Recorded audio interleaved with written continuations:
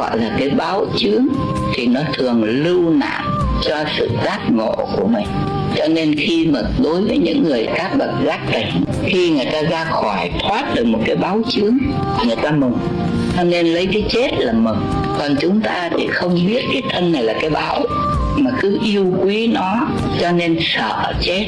Còn các bậc mà đã giác tỉnh thì các ngài coi cái ngày chết là ngày giải thoát, rồi thoát được cái báo, thoát được cái nợ, thoát được cái báo chướng. Đã gọi là cái báo chướng, nó là quả báo mà lại là cái chướng nặng, thì làm sao mà nó tốt được. Nhưng mà chúng mình thì lại cứ yêu quý cái quả báo, cứ tưởng cái thân này là cái thọ mạng của mình, cho nên yêu quý lắm. Chứ còn các bậc thánh nhân thì khi chết thì đó là một cái điều mừng, vì xong được một cái báo chướng.